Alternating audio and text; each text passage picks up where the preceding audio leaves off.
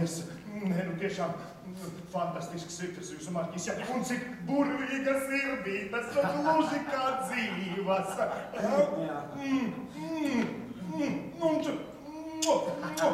Un cik gardas.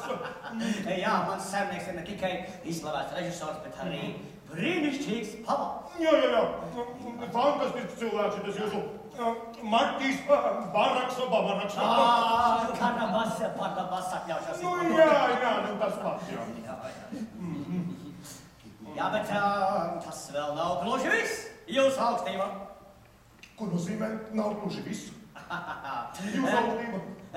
Marķis ir sagatavojis vēl vienu pārsteigumu. Vēl vienu pārsteigumu? Man? Viņš jau sāk pārsteigt pats sevi. Nu, negluži jums. Ko nozīmē negluži man?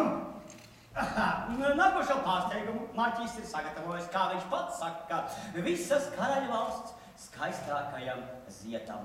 Nu, tad jau tomēr man. Neņemšos apstrīdēt, bet man šķiet, ka Marķis nākošo pārsteigumu ir paredzējis princese. Jūsu meitai.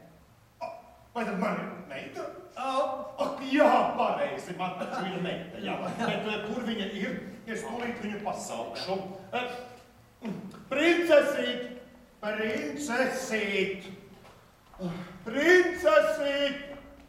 Lūdzu.